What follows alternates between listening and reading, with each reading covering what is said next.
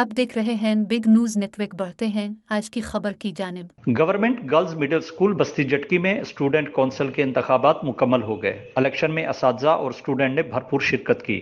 Election का तरीकाकार आम इंतखाबात की तरह तरतीब दिया गया ताकि बच्चों को इलेक्शन में वोट डालने का तरीकाकार भी समझ आ सके।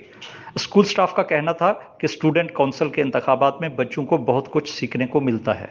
बच्चों को मौका दिया जाता है कि अपने स्कूल से अपने लिए एक बेहतरीन लीडर का इंतखाब करें और उनको पता हो उनकी जिम्मेदारी क्या है। स्टूडेंट कौंसिल के इलेक्शंस होते हैं, ये इसलिए मुनक्किद किए जाते हैं स्कूलों में ताकि बच्चों को इस बारे में आगाही दी जाए कि वोट कास्टिंग कैसे होती है, इन वोट्स की अहमियत क्या है हमारे लिए और हमारे मुल्क के लिए सदर और लीडर्स को कैसे मुंतखब किया जाता है। Principal government girls middle school Basti Jatki madam Alvina ने इलेक्शन की निगरानी की।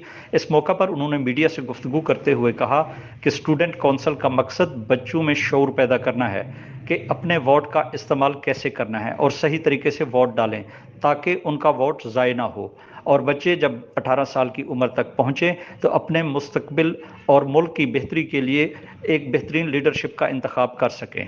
कैमरा टीम के साथ मलिक इशफाक अहमद, बिग न्यूज़, खानपुर।